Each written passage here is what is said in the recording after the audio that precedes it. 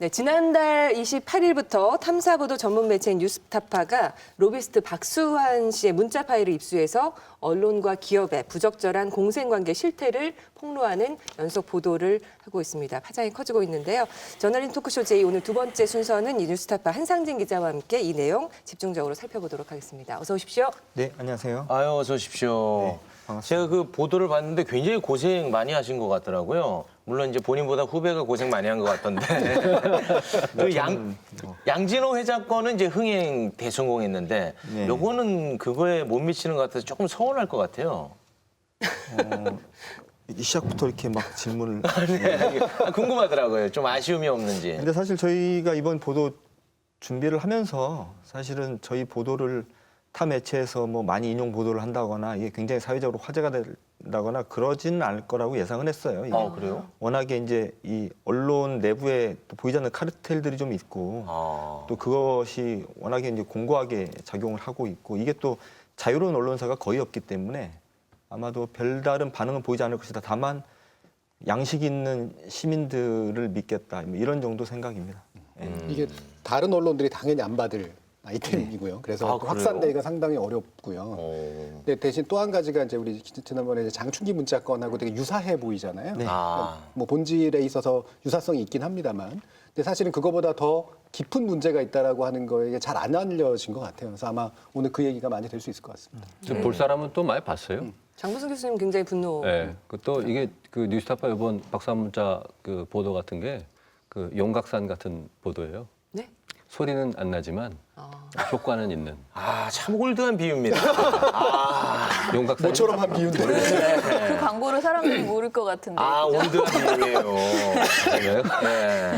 그 은연중에 이제 세대가 이렇게 드러나 버리는 실수를 저질러 버렸네요. 근데 제가 이번 보도 보면서 개인적으로 또 궁금했던 점이 뭐 굉장히 의미 있는 보도라고 개인적으로는 생각합니다만 네. 그래도 어떤 그 개인의 휴대전화 안에 있는 문자를 공개한 거 아니겠습니까? 근데 그게 과연 괜찮은 건지 살짝 걱정도 되고 의문도 들더라고요. 사실 박수환 문자 처음에 저희가 입수를 해서 이제 분석을 하면서 가장 먼저 고민했던 게 바로 그 점이었는데 그렇습니까? 사실은 저희가 입수한 박수환 문자가 한 3만 건 정도 됩니다. 근데 이제 그 중에 거의 한 80~90% 정도는 개인적인 문자들이죠. 그러니까 개인 사생활이거나 아니면 본인이 운영하고 있는 뉴스컴의 회사 업무와 관련된 것들이고 사실은 저희가 지금 보도를 연속 보도를 하고 있지만 이 보도할 만한 가치가 있는 공익적 가치가 있는 문자 내용은 사실은 극소수여서요. 어쨌든 이게 그 기업과 언론 간의 부적절한 관계 그리고 이제 상식을 벗어나는 공생관계를 보여주는 것임에는 분명하기 때문에 그리고 당연히 저희는 이제 공익적인 의미에서 보도 가치가 있다고 봤고 다만 그 공익적인 가치를 부여해 줄 수 없는 다른 문자들에 대해서는 철저하게 저희가 이제 차단을 이제 보도에 이제 차단을 했고 그래서 이제 그 작업을 그 문자를 저희가 보도할 가치가 있는 것과 저희가 보호해야 될 가치가 있는 또 사생활과 관련된 영역을 좀 분리하는 작업을 가장 먼저 했고요. 그래서 이제 저희는 이제 제가 이제 후배들한테 계속 그런 얘기를 하는데 가장 보수적인 시각으로 이번 보도에 임하자라는 얘기를 제가 계속적으로 반복적으로 하고 있습니다. 그래서 지금 저희가 보도하는 내용들을 보시면서 굉장히 충격받으신 분들이 많은데 사실은 저희가 더할 수 없을 정도로 보수적인 시각으로 공개하는 것이다. 이렇게 이해해 주시면 좋을 것 같습니다. 그러니까 이것의 핵심이 언론사와 기업의 유착 이런 거 아니겠습니까? 근데 만약에 이게 궁금한데 그 문자에 뉴스타파 관련한 것이 나왔다. 그러면 그 보도 합니까 안 합니까? 안 할 거잖아요. 아니 해야죠. 우와 진짜로요? 네, 그럼요. 그렇게 정의로워요? 아니 정의로운 게 아니라 그게 제 일인데. 와 이분은 진짜네. 그 기준은 결국에 뭐 뉴스타파 관련됐다고 해서 다 보도할 수 있는 건 아니고 공익성이 있느냐 없느냐가 기준이 돼야겠죠. 그러니까 예를 들어서 몇 년 전에 콜린 파월 전 미국 국무장관의 개인 이메일 계정이 해킹됐어요.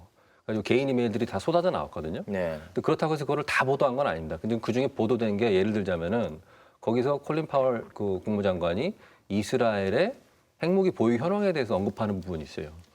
근데 그런 부분은 이제 그 공익적 차원에서 보도 가치가 있다고 해가지고 개인 이메일이고 해킹을 통해서 공개된 부분이긴 하지만 보도가 됐습니다. 근데 그렇다고 해서 거기에 나와 있는 사생활 부분이라든가 뭐 이런 개인적인 이야기가 보도된 건 아니거든요. 그러니까 신중하게 접근해야 될 문제긴 하지만 공익적인 차원에서 보도할 만한 가치가 있다는 판단이 섰을 때는 그 언론사의 판단에 따라서 보도할 수도 있지 않나라고 생각합니다. 네, 그 여담입니다만 콜린 파워의 그 R 발음이 상당히 거슬리네요. 콜린 파워는 알이 없습니까? 아, 왜 이렇게 꼬아요? 아, 상당히 거슬리네. 아, L이에요? 발음이 정확하지 못해가지고 이게 아직도 법적으로 이제 두 부족하다는 가지 말씀입니다. 문제가 나설 수 있거든요. 하나는 이제 취득 과정의 이제 정당성의 문제, 뭐 아까 이제 해킹 문제도 잠깐 얘기하셨지만 정보통신망법이나 이런 데 관련된 거고요. 또 한 가지는 이제 명예훼손에 관련된 문제가 될 수가 있어요. 보도가 되는 거니까. 명예훼손은 이제 허위인 경우에 더 심각한 문제되고 사실이라고 하더라도 국내에서는 그게 이제 사실에 의한 명예훼손도 될 수가 있습니다. 근데 사실에 의한 명예훼손은 엄격히 이제 사생활에 연관된 영역에만 이제 한정하는 거기 때문에 저는 네. 그 부분은 적용되지 않을 거라고 보고요. 이 부분은 허위가 아니라고 한다면 공익적으로 보도 가치가 있는 거라고 판단될 가능성이 상당히 높다. 저는 그렇게 봅니다. 네. 일단 뉴스타파가 입수한 박수환 씨 문자 파일은 2013년 1월부터 2015년 7월까지의 문자 내용이고요.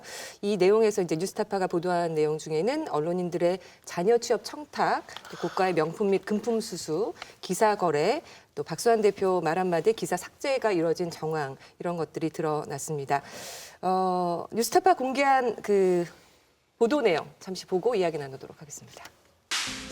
부사장님, 한국경제 이하경 편집국장님 딸 인턴 가능하셔요? 전화 통화했고요. 인사부 통해 정식 인턴으로 채용하게 되어 동기 인턴들과의 교류도 있을 거예요. 형식적인 면접이 간단히 있을 예정이고 모든 절차는 선채용 후 면접으로 하기로 했답니다. 딸의 인턴 채용이 확정되자 이번엔 이하경 실장이 박수환에게 문자를 보냈습니다. 열렬 감사드린다는 내용이었습니다. 국장님, 월요일부터 GM으로 출근합니다. 열렬 감사드립니다. 북구 쑥스. 2014년 11월 박수환 대표가 한국 GM 측과 주고받은 또 다른 문자. 여기엔 조선일보 고위 간부의 인사청탁 정황이 들어 있습니다. 사장님, 송이달 부장님 따님의 이력서가 급히 필요합니다. 회사의 동계 인턴 프로세스에 넣으려면 다음 주에 인터뷰 진행해야 되고 본인이 우리 채용 사이트에 가서 본인 등록도 필요하답니다. 부장님 따님 오늘 만났습니다. GM에서 여러 가지 일 많이 경험하고 있네요. 예, 깊이 감사합니다. 얘기 들었습니다. 연락드릴게요. 네, 뉴스타파의 보도 내용 잠시 보여드렸습니다. 언론 홍보대 행사를 중간에 끼고 일어난 언론과 기업의 유착 내용, 박수환 씨 문자 통해서 짚어본 점들이었는데요. 이 박수환 대표는 이미 2016년에 한번 언급이 됐던 인물이죠. 지금 구속 수감 중으로 알고 있는데요. 대우조선해양 경영비리 연루 사건이 터졌을 때 그 송희영 당시 조선일보 주필과 대우조선해양 간의 유착 관계 연결고리 역할을 했던 인물로 밝혀졌습니다. 박수환 씨에 대해서 좀 더 자세히 설명을 해주시죠. 예, 일단 말씀하신 거와 마찬가지로 현재 구속 수감돼 있는 분이시고요. 겉으로는 홍보 대행사를 운영하시는 분으로 돼 있는데 이분이 회사를 설립한 게 90년대예요. 그리고 이제 이분의 회사가 급성장하게 된 게 IMF 경제 위기 때였는데 IMF 경제 위기를 거치는 과정에서 이제 외국계 기업들이 한국에 이제 대거 진출하게 되죠. 이제 한국 사정을 잘 모르잖아요. 한국 사정을 잘 모르는 외국계 기업들이 자신들의 회사를 홍보하고 국내에서 마케팅을 하기 위해서 전문가를 찾는데 그 당시에 이제 조선일보의 송희영 주필 같은 분들, 박수환과 긴밀한 인연을 갖고 있던 분들이 그 외국계 기업들에 추천한 사람이 박수환 씨였다고 해요. 이제 저희가 이제 이런 내용을 어떻게 알게 됐냐면 박수환 씨 문자에는 언론사 사주급 여러분도 등장을 하고 있고 굉장히 뭐 한 30년 이상 언론사에 계셨던 분들이 여러 분 있는데 그분들하고 저희가 이제 비하인드 인터뷰를 몇 분하고 진행을 했어요. 근데 그분들이 얘기를 해주는 게 IMF 때 이제 박수환 씨가 어떻게 갑자기 그 회사를 키우고 성장을 할 수 있게 됐는지에 대해 설명을 쭉 해줬는데 그게 이제 이해가 좀 되더라고요. 그래서 박수환 씨 고객사들 중에 상당수가 외국계 기업들입니다. 예를 들어서 SC 제일은행이라던가 뭐 맥도날드라던가 이런 곳들이 이제 그 고객사로 들어와 있었었고 그 이후에 이제 점점 이제 국내 기업들로 이제 범위가 넓어지는. 근데 그 중심에 이제 조선일보가 있었고 이제 1등 신문인 조선일보가 있었고 그 조선일보가 든든하게 뒷받침을 해주면서 이제 박수환 씨가 이제 급성장을 하게 됐다. 이제 이렇게 판단이 되더라고요. 네. 근데 이번 사태는 사실 그러니까 언론 감시를 하고 있는 단체 입장에서는 정말로 엄청난 사건이거든요. 왜냐면은 장충기 문자도 굉장히 의미 있긴 했지만은 그거는 이제 삼성이라는 것과 주로 이제 청탁, 뭐 개인이 삼성에게 많은 언론사 사람들이 이제 청탁을 했다, 뭐 이런 내용들 중심으로 됐다라면은 좀 큰 거래라면은 이번 사안의 경우에는 저는 기사 거래와 관련된 내용들이 굉장히 많더라고요. 그래서 오히려 이런 선물을 주고 받았다 이런 것보다도 구체적으로 평소에 그렇게 관리를 당하다가 어떤 기사를 어떻게 사실상 매매했는지, 저는 이거 그냥 돈 주고 기사를 그냥 계속 평소에 관리하던 그 가격으로 이거 부탁하면 실어주고 계속 이런 식으로 한 거잖아요. 근데 이 사안은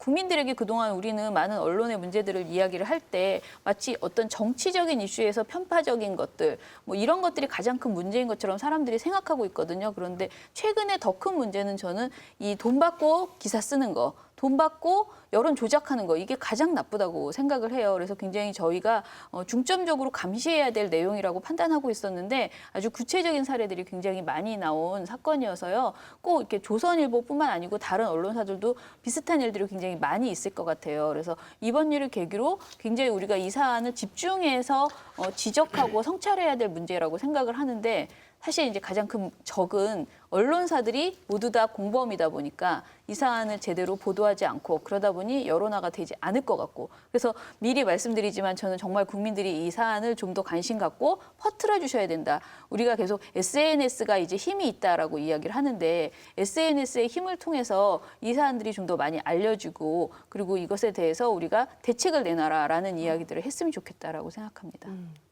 한성진 기자는 네. 이 박수환 씨를 본 적은 있으세요, 혹시? 네, 있습니다. 아, 그래요? 네.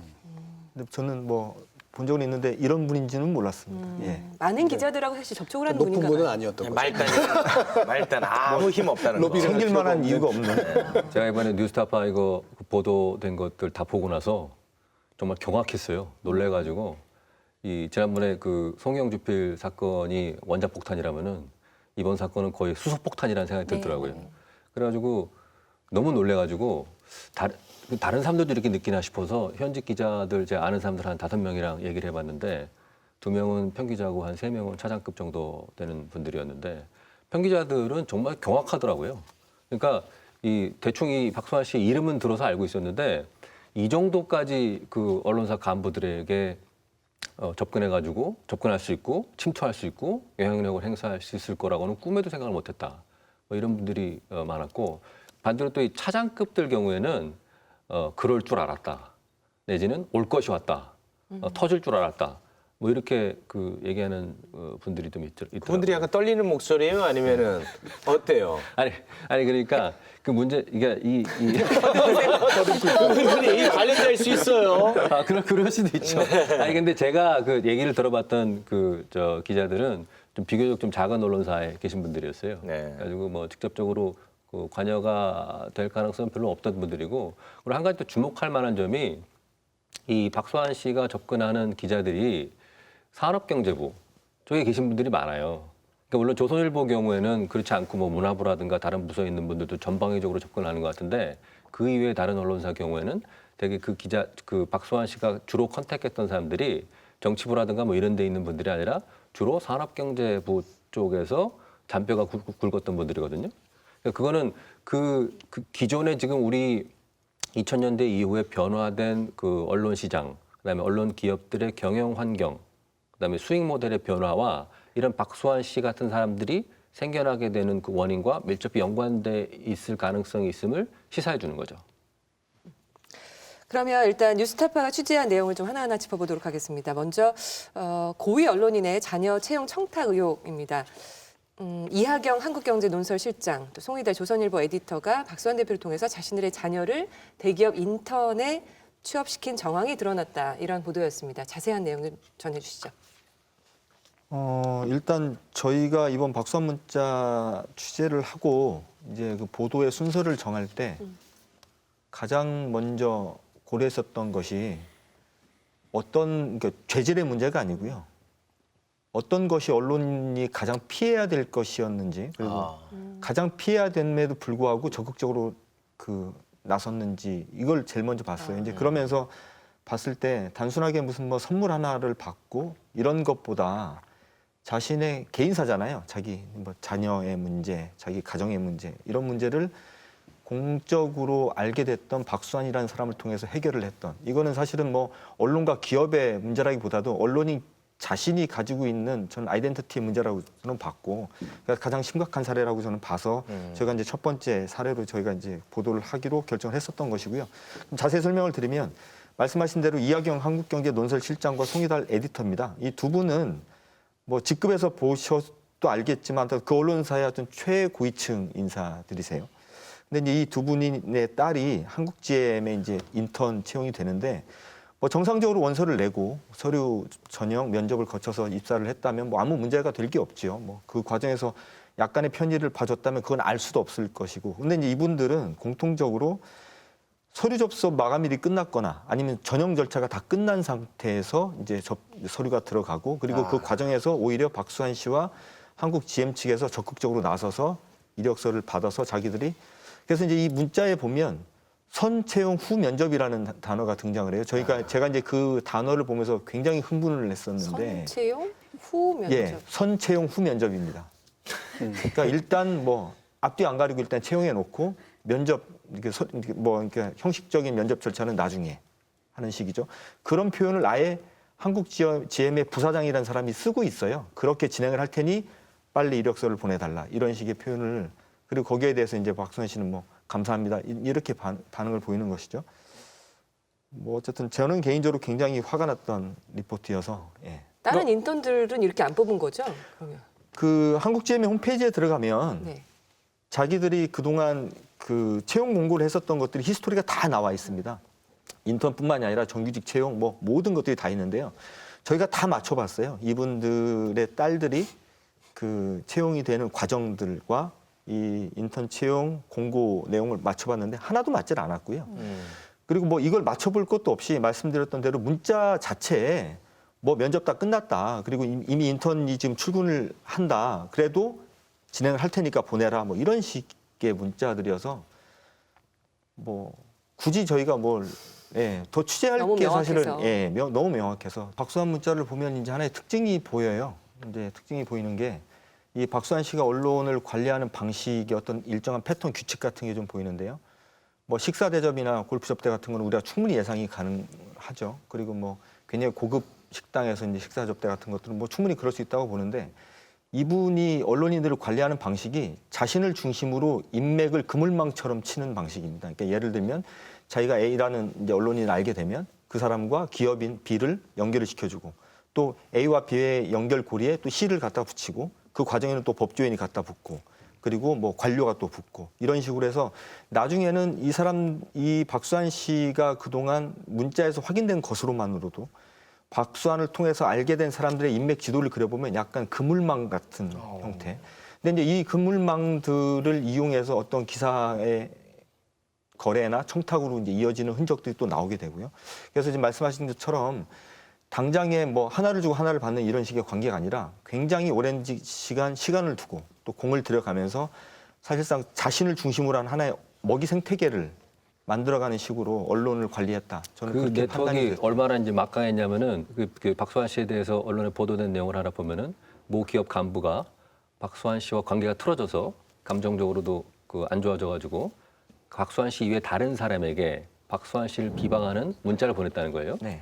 근데 그것이 박수환 씨한테 입수가 돼가지고 박수환 씨가 그거를 근거로 명예훼손으로 걸어서 처벌을 받게 했다라는 그런 보도도 있더라고요. 그러니까 이게 내가 박수환 씨에 대해서 비방한 것이 결국 박수환 씨한테 들어가는 구조가 될 정도로 막강한 네트워크를 구축하고 있다는 거죠. 지금 말씀하셨던 그 사건이 문자에 적나라하게 다 드러나 있는데요. 이 방송이 일요일 날 나가죠. 저희가 이제 금요일 날 그 내용이 이제 보도가 되는데 이제 뭐 미리 설명을 해드리면 박수환 씨가 그 당시에 효성그룹의 차남 조현문 씨의 홍보 대행을 맡고 있었고 그 당시 그 효성그룹은 형제난이 발생을 했었어요. 그러니까 장남인 조현준 씨와 차남인 조현문 씨가 경영비리 문제를 가지고 서로 이제 송사를 벌이고 있었는데 이제 박수환 씨는 차남의 홍보 대행을 맡고 있었고 이 박수환 씨를 비방하는 얘기를 이메일로 돌렸던 사람은 장남인 조현준 씨의 측근인 효성그룹의 임원이었는데 근데 이런 사건이 벌어지니까 이제 박수환 씨가 이 사람을 당연히 고소를 하죠. 그러면서 자신이 알고 있는 법조계 인사 언론계들을 다 동원합니다. 그래서 이제 그 당시 그 사건이 서울 서부지방검찰청에서 이제 사건이 수사가 진행되고 있었는데 본인이 알고 있었던 기업인, 근데 그 기업인이 그 당시 서부지검장이었던 그러니까 그 당시 서부지검장이 고등학교 친구인 기업인을 동원해서 서부지검장을 만나게 해서 강력한 처벌을 해달라고 요청을 하고요. 그 사건을 이제 수사 지휘를 받고 수사를 직접 진행을 하고 있었던 마포경찰서의 수사팀장하고 긴밀하게 그 연락을 주고받으면서 사건을 사실상 주도하다시피 하고 이 경찰에서 불구속 기소 의견으로 올렸던 사건이 검찰에 가자마자 구속영장이 청구가 되는 일이 벌어지고요. 그 검찰이 청구한 구속영장은 또 법원에서는 또 기각이 돼요.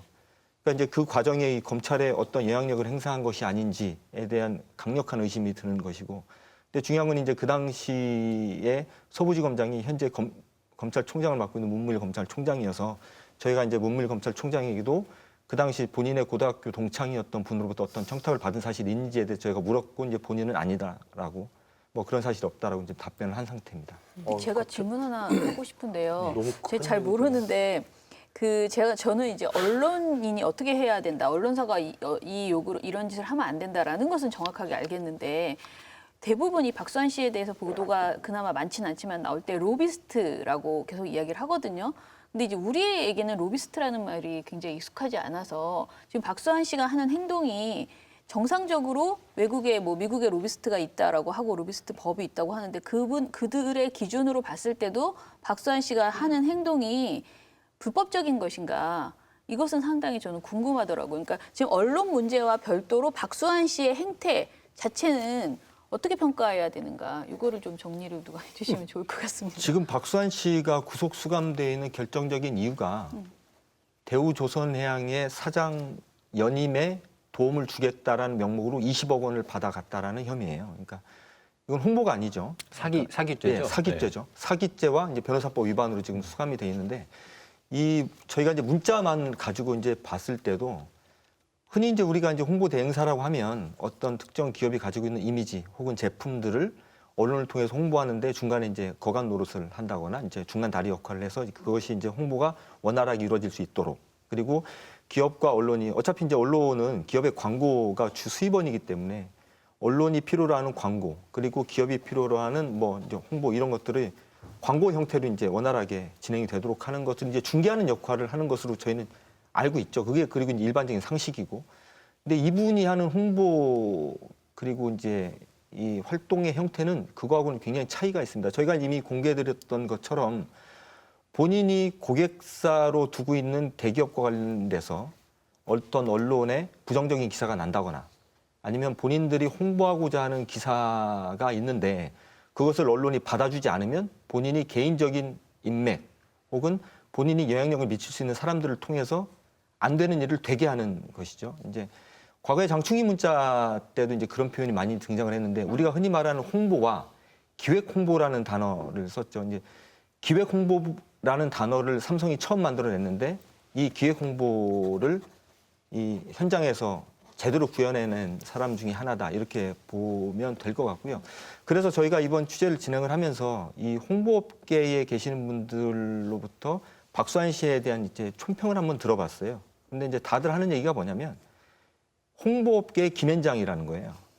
그래서 많은 홍보 대행사, 새로 생기는 홍보 대행사 그리고 뭔가 좀 사이즈를 키우고 싶어하는 홍보 대행사들이 하나의 성장 모델로 삼는 게 우리도 저렇게 해야 된다라는 게, 그리고 이제 그러면서도 실제로 박수환 씨가 어떤 식으로 본인의 회사를 운영하고 키우고 있는지에 대해서는 사실 베일에 감춰져 있는 이런 얘기를 굉장히 많이 들었거든요. 아마 그게 그런 것이 아니겠나 하는 생각이 듭니다. 네. 기본적으로 이 박수환 씨는 홍보대행사라고 할 수는 없고요. 로비스트죠, 로비스트. 하는 일을 보면. 로비스트라는 거는 결국에 그 영어로 얘기하면은 인플루언스 패들러라고 그래서 자기 영향력을 팔아가지고 돈을 버는 거거든요. 근데 그게 우리 법에는 뭐 알선 수재라든가 뭐 배임 수재라든가 변호사법 위반이라든가 해서 다 금지돼 있습니다. 근데 미국의 경우에는 일정 기준을 충족하는 사람들, 예를 들어서 뭐 한 달에 몇 번 이상 누구를 접촉했다라든가 몇 명 이상을 접촉한다라든가 일정 가액 이상의 계약을 했다든가 하는 경우에는 무조건적으로 로비스트로 등록을 하게 돼 있어요. 등록을 한 경우에는 로비 활동을 할 수가 있습니다. 하지만 그 경우에도 그 활동 내역, 그다음에 자금의 흐름 같은 거를 다 공개를 하게 돼 있어요. 그래서 그 만천하에 공개를 하기 때문에 누구든지 다 알 수가 있습니다. 언론에 대해서도 그런 로비를 할 수 있는 건가요? 그쪽에서는? 그렇죠. 할 수는 있죠. 원칙적으로 할 수는 있는데 근데 완전히 다 뭐 무제한적인 건 아니고요. 액수라든가 이런 것도 다 일정한 상한선이 사안별로 다 있고, 그다음에 가장 핵심적인 것은 그러한 활동 내역이라든가 그로 인해서 받은 자신의 보수를 다 공개를 하게 돼 있다는 거죠. 그 로비의 대상이 기사 거래라도 상관없는 거예요? 아니 그러니까 제가 말씀드렸다시피 모든 거를 다 할 수 있다는 건 아니에요. 네. 그러니까 로비를 잘 판단하셔야 되는 게 우리 로비하면 되게 안 좋게 보잖아요. 근데 이게 되게 애매한 영역이거든요. 그러니까 영향력을 이제 준다라고 이제 얘기를 했는데 이 상대를 설득해서 무슨 일을 하도록 만드는 것도 로비 활동이란 말이에요. 충분한 정보를 제공하고 충분하게 납득을 시켜가지고 하도록 만드는 그런 활동을 할 수가 있다는 거죠. 근데 그게 아니라 예를 들면 이제 뭐 뇌물을 매긴다거나 되게 투명하지 못한 그런 행동들을 통해서 이제 영향력을 행사하는 방식을 쓰면 안 되는 거잖아요.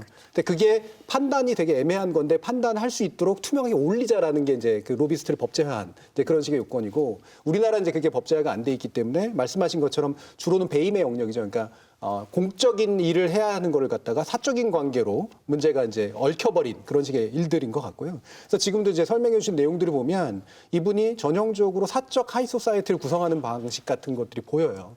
되게 친밀감을 만들고 그다음에 죄의식을 줄이는 거죠. 그러니까 친한 사람들끼리의 어떤 일들이기 때문에 죄의식을 줄이고, 그래서 결과적으로는 사실은 회사의 업무에 안 좋은 영향을 끼치는 거잖아요. 기사를 거래한다라고 하는 건 단지 윤리적인 문제가 아니라 그 회사가 공적으로 판단해야 될 것들을 사적으로 그냥 이익을 편취한 그런 식의 행동이 되는 거니까. 근데 그 과정에서 아마 그 무의식들을 점점 죄책감을 줄이는 방향으로 그런 식으로 아마 활동을 해야하지 않았나 이런 식의 생각이 듭니다. 그 로비와 그 합법적인 로비와 불법적인 로비의 핵심은요. 그러니까 로비라는 거는 뭐냐면은 자기의 주장을 전달해 주는 거거든요. 그러니까 워싱턴에 가면은 미국에 있을 수 있는 거의 모든 업종별로 협회가 다 있습니다. 예를 들어서 무슨 간호사 협회, 의사 협회, 무슨 뭐 비행기 조종사 협회, 모든 협회가 다 있고요. 그 협회들이 다 로비스트를 고용을 해요. 그래가지고 자기들의 그 직업적인 이해관계가 있을 거 아닙니까? 그럼 그 이해관계에 대해서 자기들이 주장, 근거를 만들어가지고 그에 관련된 정책 결정을 하는 사람들에게 가서 그 주장을 펼치는 거죠. 근데 누가 어떻게 정책 결정을 하는지 잘 모르잖아요. 그런 그 정책 결정 과정의 길목을 잘 아는 사람들, 그리고 그 사람들과 평소에 친분이 있었던 사람들, 이런 사람들 로비스트를 고용하는 것이고, 로비스트들은 그런 컨설팅의 명목을 해가지고 일정한 액수를 그 보수를 받으면서 그런 사람들의 이해관계를 대신 전달해주고 주장을 해주는 역할을 하는 거죠. 근데 그 과정에서 예를 들어서 뭐 파티를 열 수도 있고, 무슨 뭐 어떤 컨벤션 같은 걸 열 수도 있고, 아니면 뭐 여행을 주선해가지고 어느 한 장소에 모여가지고 회의를 할 수도 있고, 여러 가지 방식이 있습니다. 근데 그런 것들을 합법적으로 다 해놓은 거예요. 합법적으로 해놨지만은 예를 들어서 지금 여기 나오는 것처럼 무슨 뭐 기사를 빼달라, 또는 뭐 어떤 기사를 갖다가 실어달라, 또는 뭐 정책 결정 과정에서 이런 부분들은 법률적으로 허용될 수 없는 부분들인데 해달라, 뭐 이런 것들은 사실은 그 불법 영역으로 넘어가게 되는 거죠. 그렇게 복잡하게 사실은 저는 생각을 안 하더라도 지난 수십 년간 우리 사회가, 그리고 전 세계 모든 언론이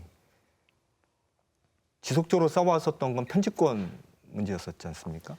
정치 권력으로부터 편집권을 지키고 자본 권력으로부터 편집권을 지키기 위한 투쟁을 굉장히 해왔고, 우리 사회가 이렇게 발전할 수 있고 지금 정도의 민주주의를 이룰 수 있었던 근간이 중에 하나가 언론이 어쨌든 편집권을 지켜왔고 그걸 지키기 위해서 노력해왔기 때문이었는데, 사실 저는 이번에 이 박수환 문자를 보면서 어떤 생각이 들었냐면, 우리 기자들이 그리고 우리 언론계가 수십 년에 걸쳐서 진짜 투쟁으로 확보해 왔던, 그리고 확보하려고 노력을 지금도 하고 있는 이 편집권이 몇몇 사람의 사적 네트워크로 완벽하게 무너진 모습을 제 눈으로 목도하고 있는 게 저는 참을 수 없었어요.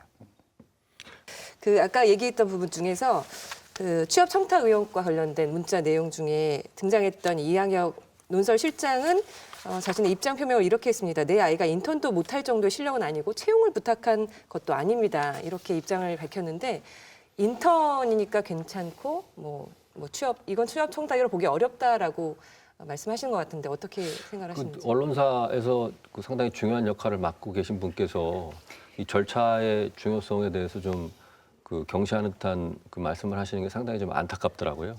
우리가 이미 2010년도에 그 현직 장관의 딸이 지금 부적절한 방식으로 채용돼 가지고 엄청난 우리 사회 문제가 됐던 적이 있지 않습니까? 그때 이미 우리가 한번 경종을 이제 들었던 거거든요. 그래서 그 이후로 사실 그 정부 기관들 같은 데서는 능력보다도 그 절차 문제를 대단히 중시해요. 절차적 정의. 이게 공정한 절차를 밟았느냐. 예를 들어서 그 모든 그 접수 마감 기간이 끝났는데 그 다음에 받아주면 안 되지 않습니까? 그 사람이 아무리 능력이 있었다고 해도 마감 기간이 지난 다음에 그 입사 원서를 받아주면은 그건 절차적으로 문제가 있으니까 뭐 그런 거죠. 그러니까 이게 단순히 능력의 문제가 아니에요. 그러니까 다른 사람들이 다 봤을 때 모두가 인정할 수 있는 공정한 절차를 거쳤느냐가 그 능력 못지않게 중요하다는 점에 대해서는 2010년도에 그 사건 이후로 상당히 우리 사회 공감대가 형성돼 있다고 생각을 했었는데 아 이게 나만의 생각이었나? 라는 생각이 들더라고요. 이 보도를 보는데. 진짜 화가 나는 거는 이제 이하경 씨가 이번 이 일로 본인의 아이가 상처받는 일이 없었으면 좋겠다라고 얘기를 한단 말이죠. 근데 이 보도를 통해서 정말 수없이 많은 자녀들이 다 상처받고 있는 거거든요. 왜 그거는 생각하지 못하는지 가장 화가 나는 대목이었습니다. 그 이하경 씨 같은 경우는 사실은 그것보다 더 화가 나는 건 한국 GM 노조에서 채용 비리 문제가 터졌을 때 이분이 칼럼을 써요. 이 비리의 끝판왕을 보여줬다라는 표현을 그래요? 써가면서 본인이 그런 칼럼을 썼던 사람이에요. 그래서 저희가 이제 인터뷰를 할 때도 본인이 썼던 그 칼럼의 내용과 본인 딸이 부당한 방법으로 한국 GM에 인턴에 입사한 것 간에 을 두고 어떤 생각인지를 물어봤을 때 이분이 저희에게 이제 했었던 말은 아버지로서의 입장을 이해해달라는 거였어요. 그리고 두 번째는 같은 언론인끼리 왜 이러느냐라는 식이었어요. 근데 저는 송희달 에디터가 더 사실 그 답변이 더 황당하다고 생각하는데 왜냐면은 이하경 그 논설위원은 사실은 인정은 하면서 봐달라라는 쪽으로 제가 보기에는 그런 이제 멘트였거든요. 그런데 송희달 에디터 같은 경우에는 이게 특혜 채용이라는 주장을 인정할 수 없다라고 하고 이거는 당연히 절차를 제대로 밟아서 인터넷 채용됐다라고 하시니까 이 명백한 내용을 가지고도 다른 이야기를 하고 있으니까 이분의 입장은 어땠어요? 더 나온 게 있나요? 아니요, 이분에게는 저희가 불가피하게 여러 번 연락을 드릴 수밖에 없었는데 왜냐하면 여러 번 나왔군요. 자녀의 채용 청탁 문제도 있었지만 또 그 항공권을 네. 또 이렇게 부당하게 받은 게 있었어요. 그래서 이제 저희가 여러 번 인터뷰 요청을 했는데 이제 이게 지금 이 답변은 이제 저희가 처음 연락을 했을 때 나온 것이고 그 다음부터는 뭐 이분은 저희 연락을 다 이제 취재를 거부하셨기 때문에 추가된 뭐 답변을 듣지는 못했습니다. 예. 네, 다음 기사 내용도 짚어볼까 하는데요. 이번엔 동아일보 사주인 김재호 사장과 박수환 대표의 문자 내용입니다. 그 의사의 처방 없이는 구입할 수 없는 전문 의약품을 받은 정황이 드러났습니다. 많은 사람들이 참 궁금해하는 내용이기도 하고 이거는 어떤 일들이 실제로 있었던 건가요? 저희가 이번에 박수환 문자를 보도하면서 제가 가장 많은 전화를 받았던 리포트입니다. 이제 유튜브 조회수는 가장 나오지 않았는데 전화는 가장 많이 왔습니다. 질문이 다 똑같았는데요. 도대체 무슨 약이냐? 도대체 무슨 약이냐. 여기 안 나와요. 그게 어떤 약인지. 근데 이제 문자 메시지는 정확하게 동아제약이 제조한 땡땡땡땡 약이라는 네 글자. 약품명이 들어 있습니다. 근데 이제 저희가 약품명을 공개했을 때 오히려 그 불필요한 논란이 더 생길 네. 수 있다고 봤고 더 중요한 건 의약품을 전달받은 것도 문제지만 그 의약품을 전달받은 바로 직후에 동아일보에 이 의약품을 제조했던 동아제약을 홍보하는 기사가 등장을 합니다. 근데 이제 그 인터뷰 기사였는데 이 동아제약 사주 일가의 이제 아들 인터뷰였는데 이분이 조금 있다가 뭐 얼마 후에 뭐 회사 돈 횡령을 하고 뭐 비자금을 조성하고 이런 이유로 구속 수감이 되는 분이에요. 저는 이제 이게 결국에는 이런 사주와의 관계가 기사 거래로 이어진 흔적이 아니겠느냐라고 이제 저희는 이제 강력하게 의심이 돼서 제가 보도를 결심하게 됐습니다. 최욱 씨 기사 안으로 빨려 들어가겠어요. 아 진짜 좋은 기사가 기사가 딱 났네. 이런 거에 우리가 조심해야 되는 게 자꾸 이제 건건으로 거래가 일어날 거라고 생각을 하면 그러면 너무 명백히 이제 그래 보이는데 사실 그렇다기보다는 평상시에 민원 해결들을 해주는 거예요. 네, 네. 그래서 폭넓은 관계를 유지한 상태에서 중요할 때 이제 문제 해결들을 서로 해주는 그런 식으로 이제 가게 되는 거죠. 그리고 이제 고가 선물, 명품 선물, 금품 수수, 비행기표 이야기도 나왔습니다. 이 부분도 또 자세히 전해주시죠. 네. 문자에 너무나 많은 분들이 박수환과 주고받은 거래 흔적들이 있었는데 가장 보수적으로 그리고 이제 기사 거래로 이어진 것으로 추정할 수밖에 없는 분들로만 이제 저희가 세 분을 딱 선정을 했는데 공교롭게 다 이제 조선일보 기자들이었고요. 이제 송희달 기자 이제 아까 이제 딸 인턴 채용에도 이제 관여했던 인턴 채용도 부탁을 했었던 분이신데 이분 같은 경우에는 SPC 그룹 그 파리바게트라는 이제 빵집을 운영하고 있는 회사죠. 우리나라 아마 제빵업계 1위 회사인데 이 회사로부터 부녀의 미국 왕복 비행기 티켓을 이제 받은 흔적이 등장을 하고요. 그리고 이 티켓을 끊어주기 바로 직전에 한 달쯤 전에 이 파리바게트를 홍보하는 기사가 이제 조선일보에 실립니다. 근데 이제 이 기사가 실리게 된 과정도 이제 문자에 등장을 하는데 원래 조선일보에서는 이 기사를 실지 않기로 결정을 내렸어요. 근데 이거를 그 송희달 씨가 나서서 이제 밀어붙여서 이제 기사가 이제 실리게 된 거죠.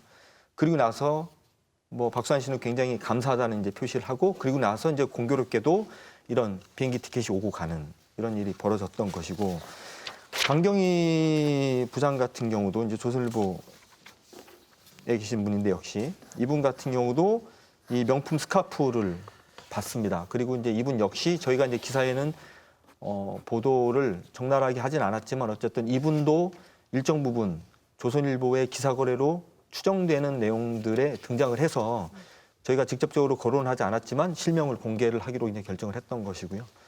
박은주 부장 같은 경우도 이제 마찬가지. 이제 이분 같은 경우는 이제 본인이 직접 보낸 문자에 본인이 전별금이라는 단어를 본인이 써요. 그리고 그 문자에 보면 본인이 과거에도 한 번 전별금을 받았고 이번이 두 번째라는 식으로 써요. 그래서 이제 저희는 최소 2번은 기자 생활하면서 전별금을 받았구나라고 이제 제가 추정을 할 수밖에 없었고요. 근데 이제 이분 같은 경우는 그 전별금을 주고받은 시점에 박수환 씨가 무슨 뭐 홍보기사 같은 걸 부탁을 하면 즉각 들어주고 뭐 이런 흔적들이 좀 있어서 말씀 계속하셨던 것처럼 일상적으로 관리해 왔던 기자였구나라고 이제 제가 추정할 수밖에 없어서 이제 저희가 이제 실명 보도를 결정을 하게 됐습니다. 제가 이거 궁금한 게 여기 이제 기사 거래로 지목된 이 기사 보면은 이 파리바게트의 신제품 홍보하는 데 목적을 두고 있지 않습니까? 그러면 이게 그냥 돈 주고 광고하면 되잖아요. 왜 이렇게 어렵게 하는지 모르겠어요. 그 이유가 또 따로 있습니까? 그냥 광고보다 더 효과가 높은 게 기사형 광고거든요. 근데 기사형 광고는 또 실제로 돈이 거래가 되면 기사형 광고라고 또 광고라고 붙어야 돼요. 근데 이게 기사의 형식을 이제 완전히 띄게 되면 그건 훨씬 더 이제 일반적인 평가처럼 느껴지잖아요. 그렇기 때문에 이와 같은 일들이 일어나는 거고요. 지금 뭐 이게 조선일보뿐만이 아니라 중앙, 동아, 뭐 매일경제, 파이낸셜 뉴스 이런 데들이 비슷한 시기에 거의 동일한 기사들이 나옵니다. 근데 제목도 비슷해요. 이렇게 게으를 수가 있나 싶을 정도인데 100% 프랑스 밀로 만들었어요. 바게트 3종 출시. 이게 거의 똑같이 나오는. 네.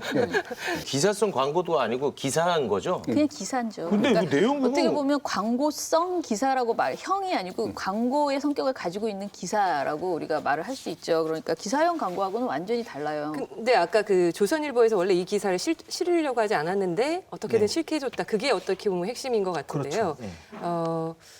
그 기업 쪽에서도 조선일보에 꼭 실려야 된다는 그런 게 확실히 있었던 것 같기도 하고. SPC 그룹 같은 경우는 조선일보가 아니면 의미 없다고 했다고 이제 뉴스컴의 이제 직원이 박수환에게 그런 문자를 보낸 것이 좀 있는 것으로 봤을 때 이 기업들이 이제 조선일보를 그 뭐 특별히 이제 선호하는 경향들을 좀 볼 수가 있는 거고 사실은 박수환 씨가 지금의 위치까지 클 수 있었던 데는 조선일보의 힘이 있었기 때문이다라는 게 이제 업계의 공통된 평가입니다. 예.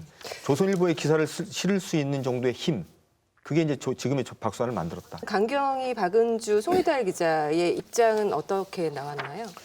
일단은 뭐 송희달 기자 같은 경우는 입장을 내놓질 않았고요. 박은주 기자 같은 경우는 조선일보 경영진에 물어봐라. 뭐 경영지원실 같은 곳에 물어봐라. 뭐 나는 할 말이 없다. 이런 거였고. 강경희 부장은 저희하고 이제 직접 만났거든요. 이제 만났는데 이제 이분은 어쨌든 본인이 이제 그 명품 선물을 받은 건 인정을 했어요. 근데 이제 재밌는 게 이분과 관련된 문자에 이분이 명품 선물을 한 번 받은 걸로 돼 있는데 본인이 직접 2번을 받았었고 그중에 한 번은 돌려줬다고 말씀을 하셨고요. 그리고 어쨌든 본인이 이것이 일반적인 상식으로 볼 때 문제가 있다라고 지탄을 한다면 그 지탄 받겠다라는 입장이었습니다. 예. 네. 동아일보 김지호 사장은 그 전문의약품 관련돼서는 어떤 입장인가요? 이 전문의약품, 그러니까 해명이 왔어요. 저희가 이제 그 질의서를 보내고 인터뷰 요청을 했는데 인터뷰 요청은 거절을 했고 동아일보에서 이제 공식적으로 저희에게 이제 그 답변이 왔는데 전문의약품을 받은 적이 없다고 온 게 아니고 전문의약품을 부적절한 방식으로 받은 적이 없다 이렇게 왔어요. 그러니까 저희는 받은 건 맞는데 뭐 적절한 방식으로 받았다라는 주장이다. 문제는 없는 이렇게 거다. 예. 그러면서 이제 바로 뭐 허위 사실이 보도가 되면 뭐 민형사상 조치를 취하겠다. 이제 이런 식의 답변이 왔습니다. 박수환 대표의 로비 활동의 대가가 기사에 어떤 식으로 드러났는지도 좀 짚어봤으면 합니다. 뭐 독자 의견으로 뭐 위장을 했다, 뭐 이런 보도들을 내놨는데요. 네. 기업의 청탁을 독자 의견으로 바꿔서 이제 내놓은 거였는데 이게 기고자는 분명히 있어요. 그러니까 이제 그 오피니언란이 있죠. 조선일보 오피니언란에 기고자가 있어서 그분이 기고를 했는데 사실은 그 기고문이 그 기고자가 쓴 게 아니고 특정 기업이 자신들의 이해와 요구에 맞게 부탁을 하거나 아니면 아예 기사를 써서 기고자의 이름을 달아서 이제 내는 형태였었고요. 근데 이거는 사실은 편집권 자체를 박수환 씨에게 내줬다라고 볼 수밖에 없는 사례라서 굉장히 심각한 사례로 봤고 저희가 네, 이런 저기에서- 케이스가 너무 예, 많았어요. 네, 네. 예. 이 김영 칼럼이 있지 않습니까? 또 오피니언란에 또 이제 이 박수환과 관계를 맺고 있는 조선일보 기자들이 다들 고위급이다 보니까 보통 이제 자기를 김영 칼럼들을 쓰는데 이 김영 칼럼을 아예 박수환 씨가 작성을 해서 그 기자에게 넘겨주고 그 기자는 그 김영 칼럼을 받아서 게재를 하는 거죠. 그럼 이게 도대체 그 정상적인 언론 활동으로 볼 수 있는지에 대해서 사실 이것도 말씀하신 것처럼 뭐 두말할 필요가 없을 것 같아요. 근데 이제 이거를 해명을 저희가 이제 요구를 했어요. 왜 본인이 쓰지도 않은 걸 기업에 부탁을 받고 이런 식의 김영 칼럼을 쓰는 게 문제가 있지 않느냐라고 했을 때 이분들은 문제의식이 없어 보였어요. 저는 그게 더 충격이었는데 이분들은 뭐라고 그러냐면 그 칼럼 내용이 내가 동의하는 바다라는 거예요. 내가 생각하는 거와 같기 때문에 나는 싫었고 그래서 이게 뭐가 문제가 되느냐라고 오히려 반문을 하는 저는 뭐 더 이상 질문할 가치를 못 느낄 정도. 그 칼럼 내용이 근데 이게 경강부회가 되면 안 되는데 예를 들어서 지금 그 뉴스타파 보도에 보면은 2013년 7월 10일에 그 김영수 조선경제아이 대표가 문제는 경제야 바보야 이 김영 칼럼이 나가지 않습니까? 거기 보면은 그 결국 요지가 중요한 그 주장 중에 하나가 이 기업체 회장들이 많이 구속돼 있어가지고 기업들이 투자 결정을 못하고 그래서 기업 활동에 지장이 초래되고 있다 이제 그런 주장이 들어가 있어요. 근데 그 중에 하나 거론되는 사례가 이제 CJ 아닙니까? CJ가 그렇죠. 당시 이제 회장이 구속돼 있었으니까. 그러니까 2013년 이후에 CJ의 연도별 영업이익, 당기순이익, 매출액을 보면요 계속 올라갑니다. 네. 계속 올라가요. 근데 이재현 회장은 2013년 7월에 구속 기소가 됐고 탈세 및 횡령 혐의로 그다음에 2015년 12월 15일에 징역 2년 6개월 실형 선고가 나왔죠. 그러니까 이 구속되어 있는 기간 중에 이 기업의 실적은 계속해서 올라간다는 거거든요. 그러면 사실은 이 칼럼의 핵심적인 주장을 뒷받침하는 근거가 사실은 별로 설득력이 없다는 얘기가 되는 거죠. 저기 CJ의 이재현 회장이 구속되던 시기에 CJ그룹은 박수환 대표의 고객사였습니다. 예. 근데 이런 것들이 너무 만연해 있는데 국민들은 여전히 언론을 믿고 언론에서 나오는 내용이 그래도 좋은 게 나왔으니까 저런 보도가 나오겠지라고 생각을 하잖아요. 그리고 보도가 없으면 문제가 없으니까 보도를 안 하겠지라고 생각하는데 로비를 받고 돈을 받고 특혜를 받고 그들이 정말 문제가 있는 정말 언론이 지적해야 될 내용을 지적을 안 하고 있다는 거잖아요. 그럼 완전 우리 사회가 완전히 그 민주주의의 근본이 무너지는 그런 내용이거든요. 그런데 이런 것들이 만연하다? 그러니 뭐 어떻게 손을 못 대겠다 이런 식으로 지금 우리가 이 문제를 너무 방관하고 있는 거 아닌가 저는 그런 생각이 들어요. 그러니까 기사형 광고도 뭐 그 조그맣게 써야 된다라고는 되어 있지만은요. 사실 기사형 광고 자체도 신문 지면을 보면은 맨 앞장에 기사형 광고 지면이 따로 있거든요. 근데 그 지면 맨 위에 에드버토리얼 섹션 뭐 이런 식으로 굉장히 어렵게 무슨 말인지도 모르게 써놓고 사실 많은 국민들이 그 기사형 광고가 기사라고 믿고 있어요. 그리고 그것이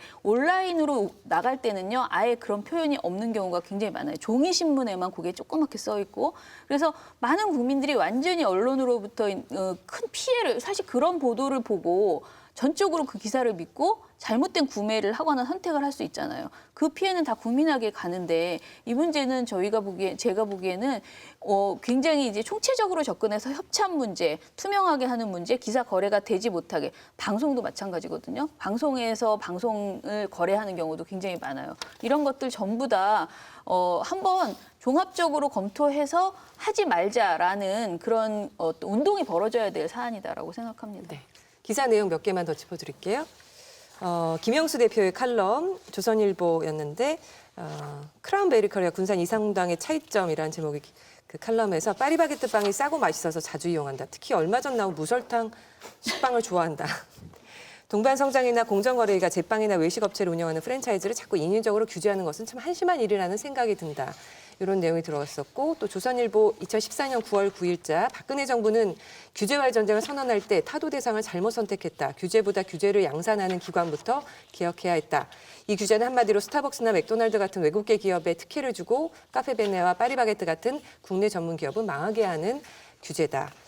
또 문제는 경제야 바보야. 이 김영수 대표 칼럼에서는 회장이 구속된 SK나 한화, CJ도 정상적인 기업 활동을 못하고 있다. 회장이 구속된 순간부터 신규 사업이나 투자 확대는 꿈도 못 꾼다. 이런 내용을 실었습니다. 자, 오늘도 뭐 어쩌다 보니까 조선일보 특집이 돼버렸어요. 예, 유독 조선일보가 많이 거론되는 이유가 있습니까? 제가 오늘 저널리즘 제2에 나오면서 꼭 하고 싶었던 얘기가 하나 있는데 네. 그 말씀을 아직 못해서 사실은 저희가 입수한 문자가 3만 건 정도 되는데 그 안에는 179명의 기자들이 박수환 씨와 주고받은 문자가 등장을 합니다. 언론사 숫자로는 총 35개고요. 네. 그런데 이 대부분의 기자들이 아주 정상적인 취재 활동을 하고 있다라는 것을 보면서 사실 저는 좀 안도를 했습니다.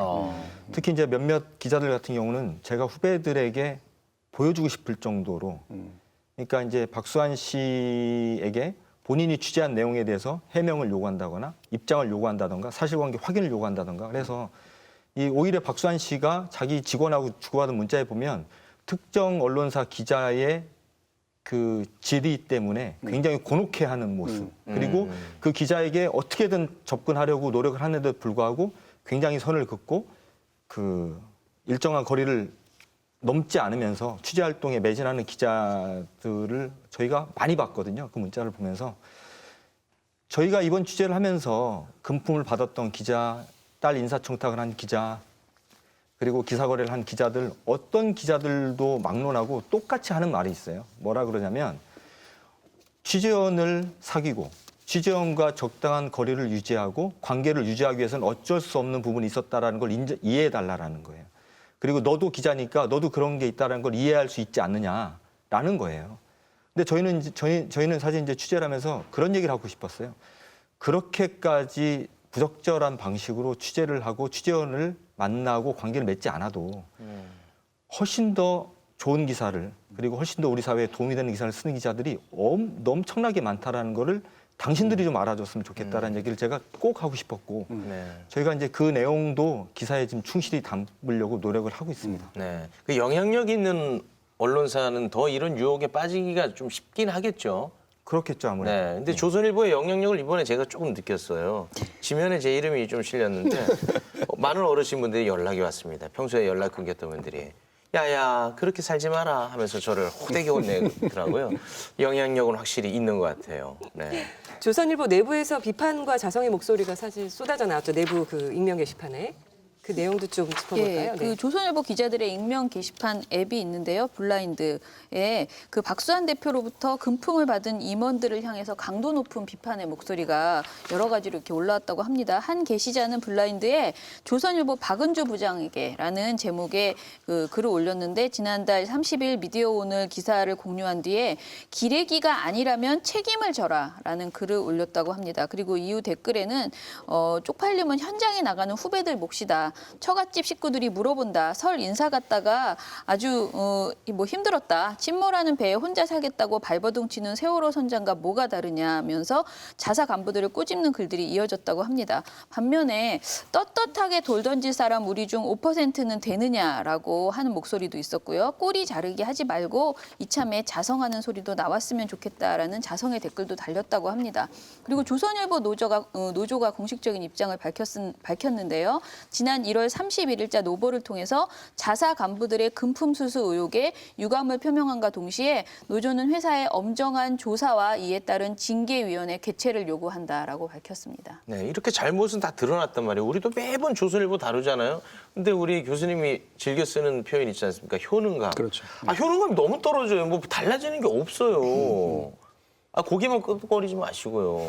그래서 저는 이 부분을 단지 윤리 차원에만 기대지 말아야 된다라는 생각을 요즘은 좀 하고 있어요. 그러니까 저는 사실 그 언론에 대해서 이렇게 자꾸 법이 개입하고 규제가 개입하는 거를 기본적으로 저도 언론학자이기 때문에 별로 좋아하지 않는데 어떤 특별한 어떤 법률적 장치들 그다음에 이것이 일정 기간 동안은 좀 제도화의 어떤 목소리가 좀 나와야 되지 않는가 그런 생각이 듭니다. 저는 이번 문제 정말 심각한 문제라고 생각이 되고요. 근데 한 가지 우리가 경계해야 될 건 뭐냐면은 이 박수환 문자로다가 대변되는 우리 언론의 문제점, 심각한 문제점, 그 병이라고도 할 수 있을 지경인데 이 문제를 단순히 특정 언론사의 문제로 환원하는 것은 우리가 대단히 경계할 필요가 있어요. 왜냐하면 제가 보기에는 이 문제는 현재 언론 시장의 변화와 같이 생겨난 문제입니다. 그리고 이것은 한국만이 아니라 미국도 그러고 일본도 그러고 전 세계 언론 시장에서 동시에 일어나고 있는 문제거든요. 이제는 구독료라든가 광고로다가 언론사 경영이 어려운 상태이고 그러다 보니까 뭐 컨퍼런스나 포럼이라는 이름으로 행사 많이 하고 협찬 받고 또 기획 보도하고 공동 보도하고 이런 게 미국도 많아요. 근데 대응을 어떻게 할 것이냐 이게 대단히 중요한 문제예요. 왜냐하면 이걸 그대로 방치를 해두게 되면은 아까 말씀하셨다시피 민주주의의 근간이 훼손될 수가 있거든요. 이 문제에 대해서도 그 국제투명성기구에서 4가지 대안을 제시한 게 있는데 첫 번째가 언론의 자유를 최대한 확보하려는 노력을 해야 된다. 국가 차원에서도. 두 번째가 언론사 소유관계를 다원해야 된다. 세 번째는 언론인들의 전문성 제고하고 윤리 기준을 강화하려는 교육이 필요하다. 근데 네 번째가 뭐냐면은 투명성 제고예요. 투명성 제고. 예를 들어서 뉴욕타임스 같은 경우도 여러 가지 협찬 받지만은 그러한 자금의 이 흐름을 투명하게 공시를 해놓습니다. 그리고 만약에 이런 뭐 금품을 주고받는다든가 기사 거래 같은 의혹이 제기된다면은 대개 미국 같은 경우에 대형 언론사, 유명 언론사 경우에는 내부적으로 자체 진상 조사팀을 꾸려서 일단 사실관계가 어떻게 되는지를 다 조사를 한 다음에 자기 지면에 보도를 해요. 그게 사실은 책임지는 분도 분명히 있고요. 그렇죠. 그게 사실 기본적인 정도이고 이걸 아까 저 정 교수님 말씀하셨다시피 자꾸 법으로 규제하고 언론계 외부에서 이거를 규제하려고 하다 보면은 더 큰 문제가 생길 수 있어요. 셀프 정화는 안 돼요. 그렇다 하더라도 네. 그 출발점은 거기가 돼야 된다. 안 돼. 그 말씀을 드리고 싶습니다. 마지막으로 어떻게 생각하시는지 모르겠습니다. 한상식 기자 이번 보도가 많이 이렇게 좀 파급 효과가 없었다고 보시나요? 다른 언론에서 저희 기사를 인용 보도한 사례가 별로 없다거나 아니면 저희 기사를 뭐 조회수가 적다거나 이런 것은 뭐 제가 별로 염두에 두지 않고 있고요. 어쨌든 기록을 남겨야 된다. 우리 언론이 가지고 있는 현재의 자화상을 보여줄 수 있는 하나의 기록을 남기는데 어쨌든 의미 있는 작업을 했다라는 좀 자부심이 좀 있고요. 어쨌든 이 문자 내용이 너무나 방대해서 저희가 지금 당장 보도할 수 있는 내용들이 이 정도밖에는 안 되지만 어쨌든 이 문자를 바탕으로 저희가 앞으로도 이 언론과 기업의 부적절한 공생 문제에 대해서는 저희가 끝까지 좀 추적을 해서 보도를 하겠습니다. 네.